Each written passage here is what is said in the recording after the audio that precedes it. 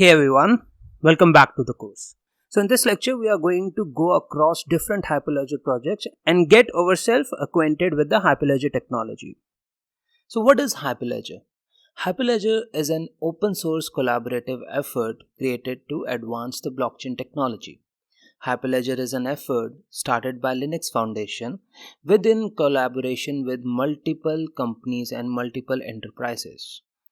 Hyperledger was initially founded in 2016 with 30 corporate members, but now they have grown up to 200 members, which also includes IBM, Intel, Cisco, SAP, Baidu, and much more. Currently, Linux Foundation has also launched 70 plus open source organizations based on Hyperledger. They are continuously growing and keep on increasing different suites and different projects which they can bring up to the table. Hyperledger suite is divided into two types of subcategories. One is Hyperledger Framework and the other one is Hyperledger Tools. Hyperledger Framework are the projects using which you can build the actual blockchain. There are many different frameworks available for you to utilize and build up the blockchain. Some of the major frameworks and projects which are running under Hyperledger are Hyperledger Borrow. This provides a modular blockchain client with a permission smart contract interpreter similar to the Ethereum virtual machine. This project is contributed by Monax and also co-sponsored by Intel. Then you have Hyperledger Fabric. This is one of the major projects for blockchain applications in Hyperledger suite. This one is led by the team at IBM and they are working continuously to improve the Hyperledger Fabric for your permission blockchain. Then you have Hyperledger Grid. Hyperledger Grid is a new project which started in 2019 and this project is for the integration of different suites and tool sets for the creation of a supply chain network. Then you have Hyperledger Indy. Hyperledger Indy is more of a decentralized identity based solution which was coming into base due to the digital identity management. This project was initially started with Evernium and later it was donated to the Sovereign Foundation. Then you have Hyperledger Aroha. Hyperledger Aroha is a chain based on Byzantine fault tolerance algorithm called Sumuragi. This project is initially contributed by Soramitsu, Hitachi, Entity Data, and Kolu. And finally, we have Hyperledger Sawtooth. Hyperledger Sawtooth is a modular platform for building and deploying blockchain applications. This is using a new kind of consensus algorithm which is known as proof of elapsed time. This project is currently managed by the Intel organization. After Hyperledger frameworks, we also have Hyperledger tools. Hyperledger tools are the tool sets which actually support the framework. They provide you much more capabilities and functionalities which you can utilize to build on top of your frameworks. There are some of the major tools which could help you to build your complete network with the Hyperledger umbrella suite. Some of the most prominent tool sets are Hyperledger Composer. This is a tool which is used for building the business application on top of the deployed blockchain. So basically when we talk about Hyperledger Composer, we are actually relating it with the smart contracts itself.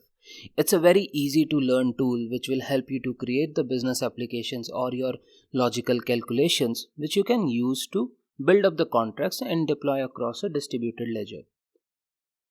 Then you have Hyperledger Explorer. This is very similar to your Blockchain Explorer, which helps you to create a user-friendly web application where a user can view, invoke, deploy or query the details about the blockchain. You can query the different relevant data for the ledger, and this project is initially contributed by IBM, Intel and DTCC. Then we have Hyperledger Cello, which is more of like a on-demand service of deployment model for blockchain ledgers. This is very similar to the Infura application which we have over the Ethereum.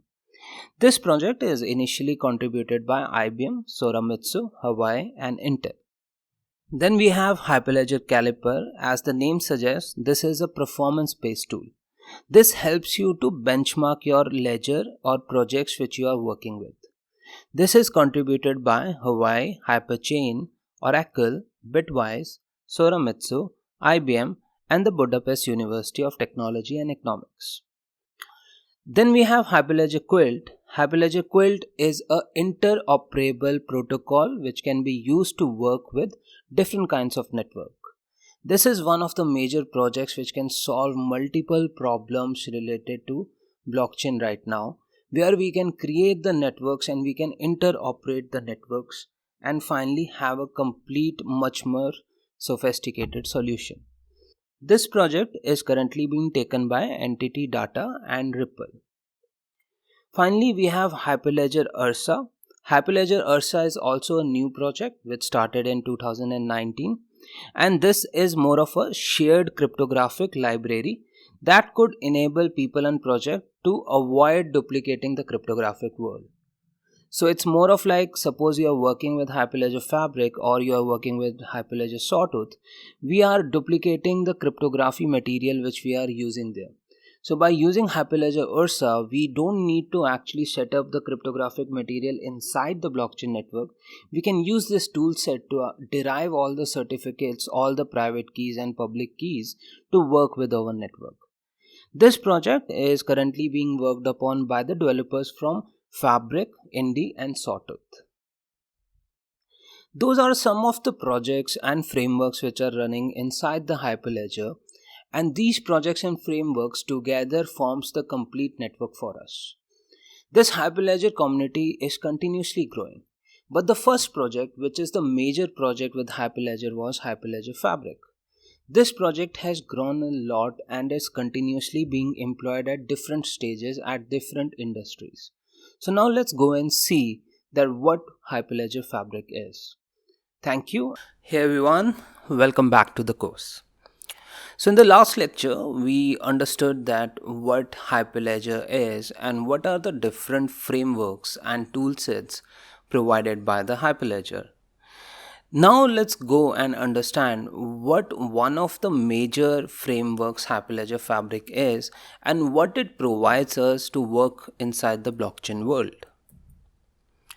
So Hyperledger Fabric.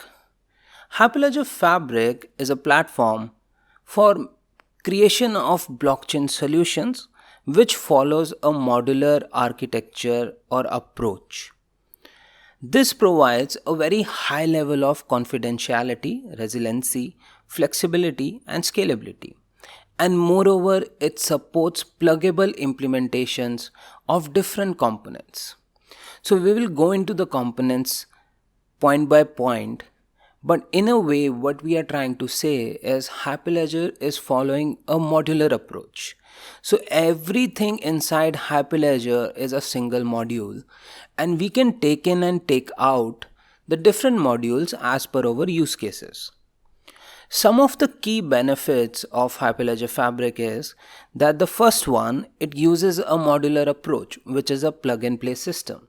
So normally when we are working with blockchains like Bitcoin and Ethereum, we cannot plug in and plug out different feature sets or different modules. But with Hyperledger, with the modular approach, we can actually take out the different components and plug in the new components. So for example, in Bitcoin and Ethereum, it's not possible for you to actually change the consensus algorithm, actually plug out the consensus algorithm. But with Hyperledger, now you can plug out the consensus algorithm and different other services which you are working with.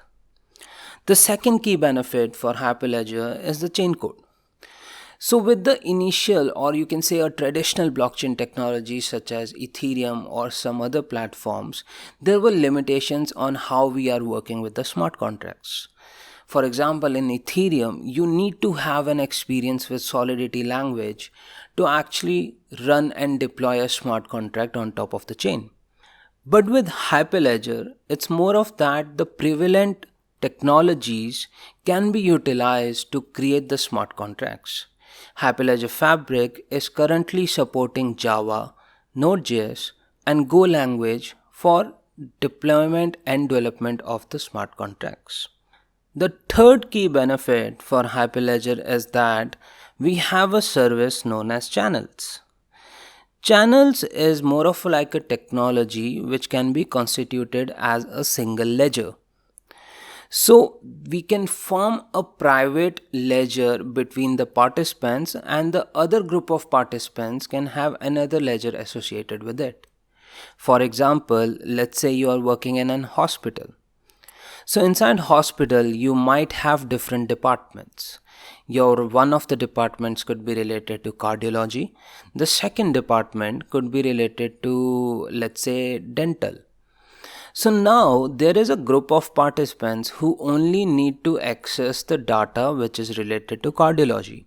And there is then another specific group of participants who is only going to be part of your dental.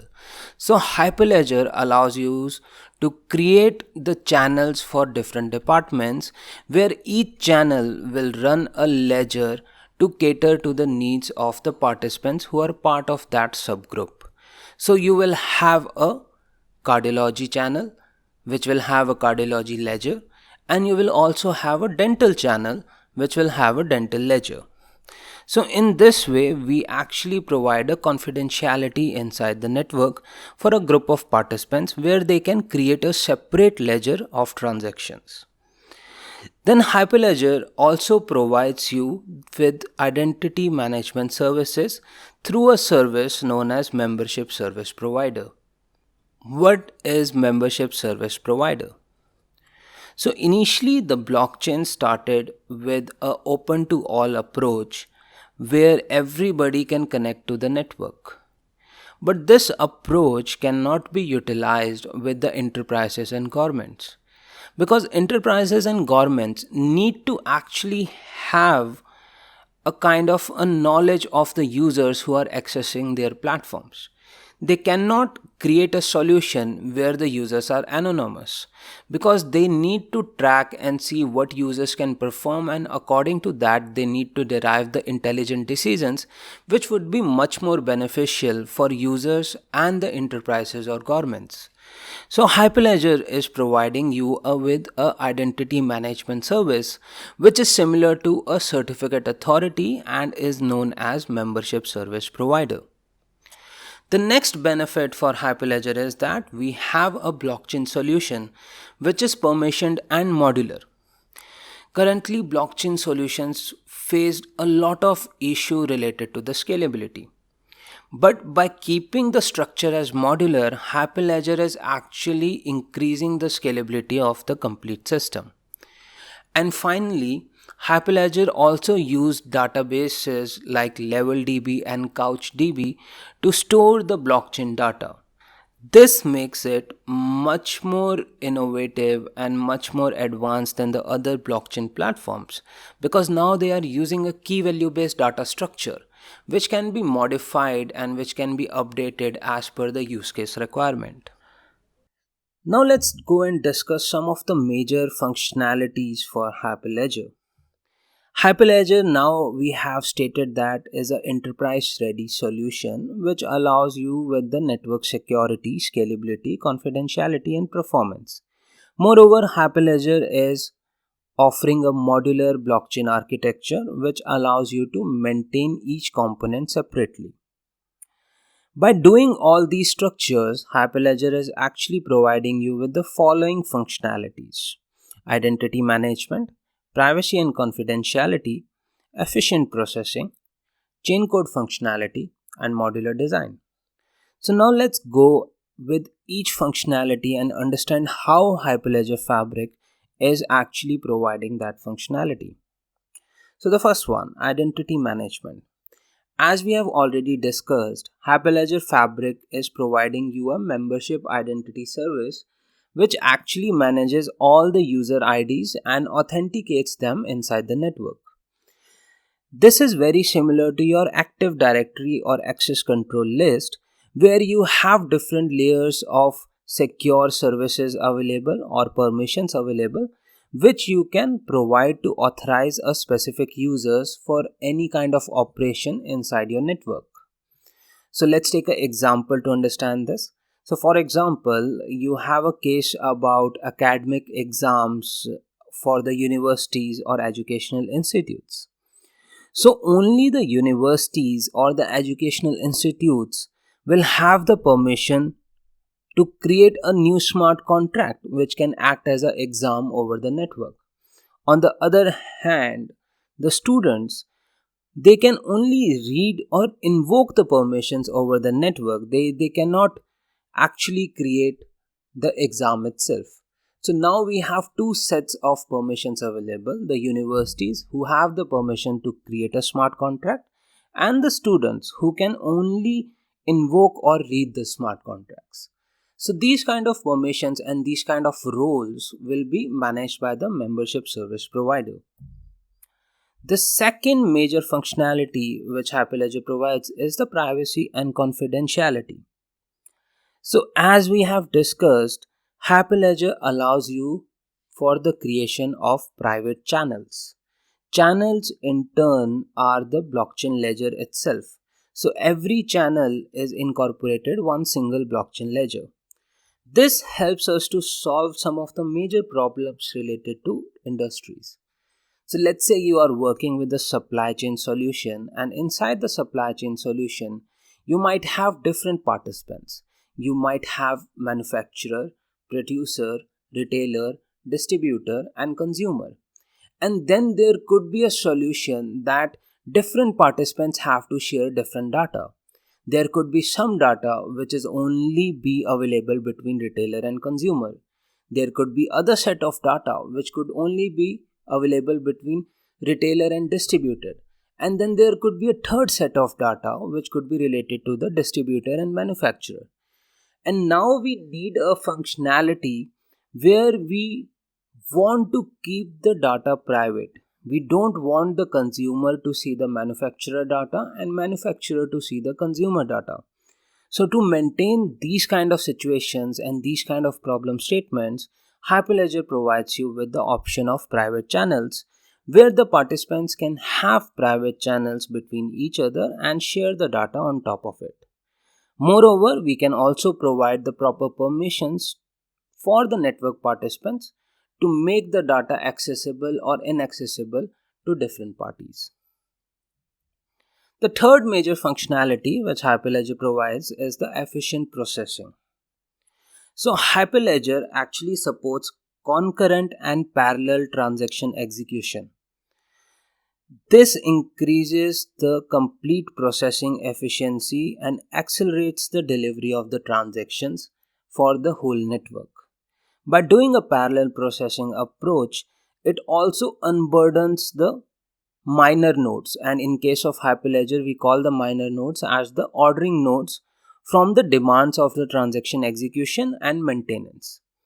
So it's more of that everything is working in parallelly. Suppose you have two students inside the universities who are invoking a smart contract for giving an exam. So those two transactions can work in parallelly and it will actually make the complete process very efficient. This is currently not available with the Bitcoin and Ethereum blockchain. Then we have the Chaincode functionality. As we mentioned already, Chaincode is more of like a smart contract inside the Hyperledger Fabric network. Chaincode can be deployed at a ledger level. By saying at ledger level, we mean that Chaincode deployment is at the channel level. Chaincode can be used to provide any kind of business logic or define any kind of asset ownership inside the network. For example, you can do a chaincode for agriculture. You can create one smart contract for creation of apples, the other smart contract for creation of oranges. Then we can create the transactions to transfer the ownership of these assets which are created inside the smart contracts. But always remember one important point: Hyperledger do not support native currency, although you can create tokens on top of it. That means Hyperledger, if you take it as an analogous approach with Ethereum, Hyperledger will never have a native currency as Ethers, but you can definitely create smart contracts and assets on top of it. Apart from user-generated chaincode, Hyperledger also has one very specific chaincode known as system chaincode, which defines the operating parameters of the complete blockchain network which we are dealing with inside the Hyperledger Fabric. After that, we have Modular Design. Inside Hyperledger, we are following a modular design structure, which forms a pluggable component approach. So basically, we are trying to say that you can plug in specific algorithms for managing the identity of the users, doing the consensus algorithm, providing the encryption for the data, and much more services inside the Hyperledger Fabric network. The result of this pluggable nature and modular design is that we have a universal blockchain architecture that can be adopted across different markets, regulations, and geographic boundaries. This modular design provides you with an efficient approach because now we are not burdening only one of the entity inside the network. So for example, inside Bitcoin, let's take the example of a miner. So inside Bitcoin, a miner is actually validating the transactions, taking the transactions out of the memory pool and adding it to the block, then calculating the nonce value of the block, confirming the block hash and putting the block over the blockchain, and finally distributing the blocks to other peers. So there is a lot of information and lot of calculations happening at the miner end. This makes the process inefficient. But now with Hyperledger, we are dividing everything in a more of a modular architecture. So everyone will have their own capabilities and functions to perform. And this will make the complete process very efficient. So that was about what Hyperledger Fabric is and some of the core functionalities of Hyperledger Fabric. In the next lecture, we are going to learn much more about Hyperledger Fabric and see how different structures, how different key concepts for the fabric are being performed. Thank you everyone. Hey everyone, welcome back to the course. So in the last lecture, we discussed about the introduction to Hyperledger Fabric and we also went through different functionalities which are offered by Hyperledger Fabric. In this lecture, we are going to discuss about the Hyperledger Fabric key features. And these are the key features that makes up the whole Hyperledger Fabric network and constitutes an important part of the blockchain ecosystem under Hyperledger Fabric. So to define the key features, Hyperledger outlines its key features in following sets: assets, chaincode, ledger features, privacy, which is provided with channels, security and membership services, and consensus. So let's go into each feature step by step and understand what each feature provides. So the first one is assets. Assets inside Hyperledger Fabric is a collection of key value pairs. Assets can be defined as a tangible or an intangible thing. It could be that you can define assets as hard drives or USB disk drives, or it could be the intangible objects such as contracts. Hyperledger Fabric provides you with the solution of creating these assets using the Chaincode and Hyperledger Composer tool. Moreover, each asset in Hyperledger will be represented either in a binary format or a JSON format. Every transaction which is happening on top of the Hyperledger Fabric network could be related to the modification and updation of these assets. The next key features Hyperledger provides is with the chaincode. Inside Hyperledger Fabric network, everything runs through chaincode. Any kind of update you want to perform on top of the ledger has to go through chaincode. You cannot directly update the ledger itself.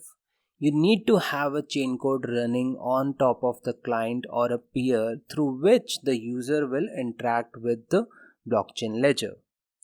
Chaincode is nothing but another name for the smart contracts in Hyperledger. We can define our business logic or different calculations and algorithms over the chaincode which we can utilize inside the Hyperledger blockchain network. Inside Hyperledger Fabric network, chaincode must be installed on each peer. A role of the peer is defined using the chaincode. There are multiple roles inside Hyperledger Fabric which we will see in detail in the future lectures, but each role has to be defined for a peer using the chaincode itself. Chaincode can have multiple policies. They can allow different users to perform some functions and some other group of users to perform a different set of functions. Inside Hyperledger Fabric, chaincodes are of two types. The first one is the developed chaincodes, which are written in Go, Node.js or Java programming languages, and they are deployed over the network to perform a specific operation or a project. The second one is the system chaincode, which is the core of the Hyperledger, and they help you to manage the blockchain network for installing, instantiating, or updating the network entities. The next key feature is related to the ledger. The ledger inside Hyperledger Fabric is a sequenced, tamper-resistant record of all transactions.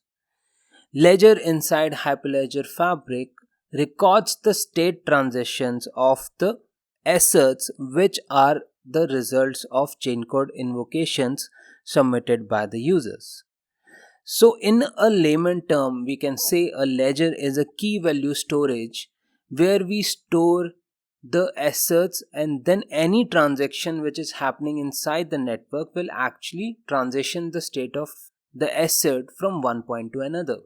So let's say you are working in an agriculture industry. In the morning, you started a chaincode which defined that you have 1000 apples. Throughout the day, you will keep on selling those apples. So you will keep on doing the transactions. Your initial state is 1000 apples. Your state with the first transaction modified to 950 apples because you sold off 50 apples. And those 50 apples are recorded as a transaction. So each transaction which is resultant of a chaincode submitted by the user which update the state on top of the ledger. As we have already discussed, Hyperledger provides you with the functionality of channel, and every channel maintains a separate ledger. Every channel stores the permanent sequence record of blocks as per they are constituted by the state of the ledger. Moreover, each peer keeps a copy of the ledger for each channel which they are part of. For example, let's say you are working in an hospital industry and you have two departments which have two channels separated by their functionality. So you have a channel 1 related to dental and a channel 2 related to cardiology. Now dental channel will have its own ledger and cardiology channel will also have its own ledger. Let's say there is Dr. 1 who is only part of dental channel. So Dr. 1 as a peer will only have the ledger for the dental channel. Now let's say there is a Dr. 2 who is part of your cardiology channel. So Dr. 2 as a peer will only have the ledger of the cardiology channel. Now let's say there is a peer which is a nurse 1. This nurse 1 is a participant for both the channel. Nurse 1 has the access to the dental channel and also the cardiology channel. So nurse 1 as a peer will actually store both the copy of the ledger at their end. Nurse 1 will have a copy of the dental ledger and also have the copy of the cardiology ledger. So in this way, ledger is stored at the peer level. Some of the key points about ledger.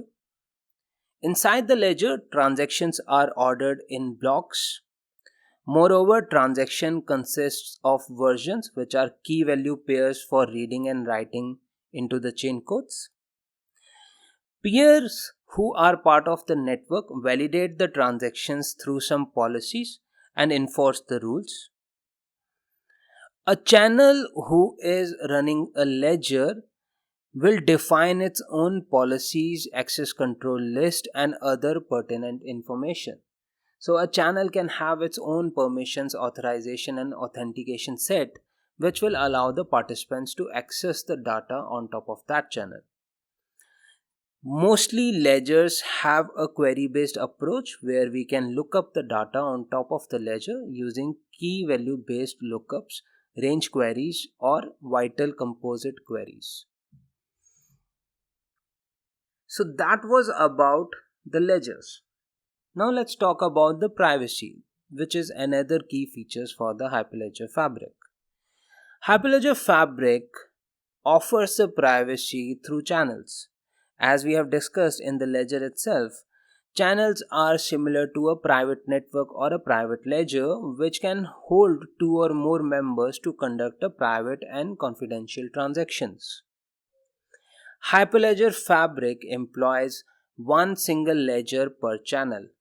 Moreover, chain codes can be available specific to the channel. So again, going back to our hospital example, you can have some chain codes which are only running on dental channel and some other chain codes which might only be running for the cardiology channel. The ledger which is existing on the channel is only in the scope of the channel. You cannot access that ledger inside the other channel. So for example, if you have a dental channel, you cannot access the dental ledger inside the cardiology channel. Moreover, participants can connect to one or more channels and accordingly they will store the ledger at their end. Although channel provides you with the privacy between the users and participants, you can still further obfuscate the data by encrypting the data before putting up on the channel. Finally, channel provides fabrication of assets and participants over the Fabric network. Now let's discuss one more key feature for Hyperledger, which is security and membership services.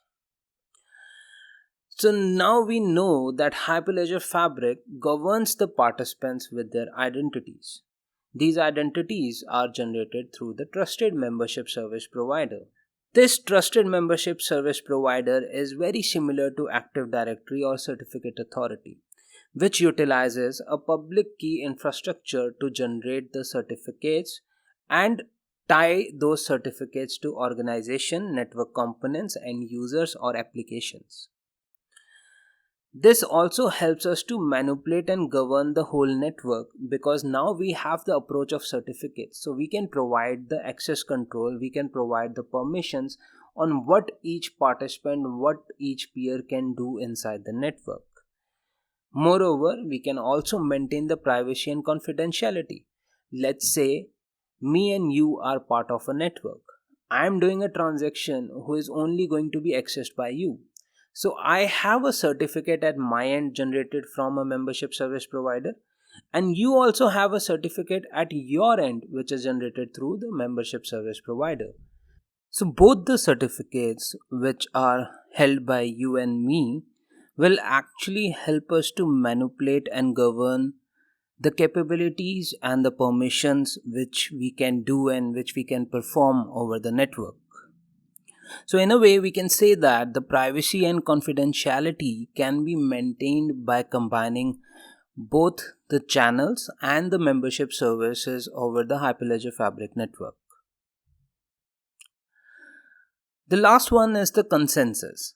The consensus in the Hyperledger Fabric network is followed as a practical Byzantine fault tolerance. The consensus ensure that the whole network is validated and the whole network is working according to the policies and according to the rules and regulations which we have specified for the network. There are certain operations performed by the consensus inside Hyperledger Fabric. So one of the key features performed by the consensus is that it maintains the correctness of all the transactions inside the proposed block. It verifies that the transactions are being followed as per the endorsement policies, as per the consensus policies. Moreover, it also agrees on the order and the correctness on the results of the execution of the transactions. So let's say currently I have 1000 tokens for apples. A new transaction came in which reduces my tokens by 100. Now my new state is 900. So consensus will maintain that the results of execution is correct with the transaction or not.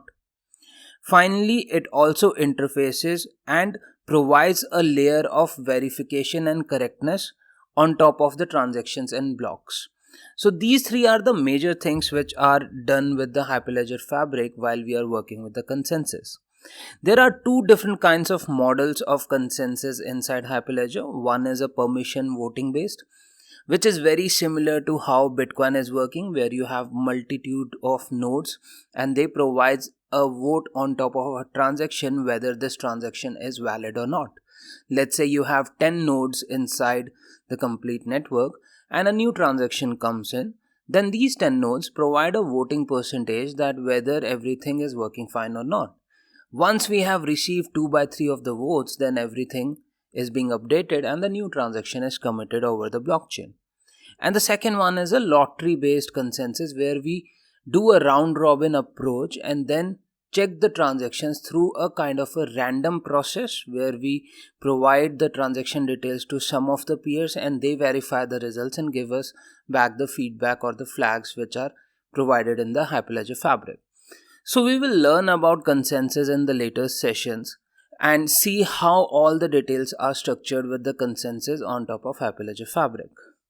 So that was about some of the key features about Hyperledger Fabric. In the next lecture, we are going to go through the overview of transaction flow in Hyperledger Fabric. This transaction flow is important for understanding the concepts of transactions for Hyperledger Composer too. Thank you. Thank you for watching. Don't forget to subscribe to the channel. If you like the video, do give us a thumbs up and share it. Also check out amazing discounts and offers on our premium courses in the description below.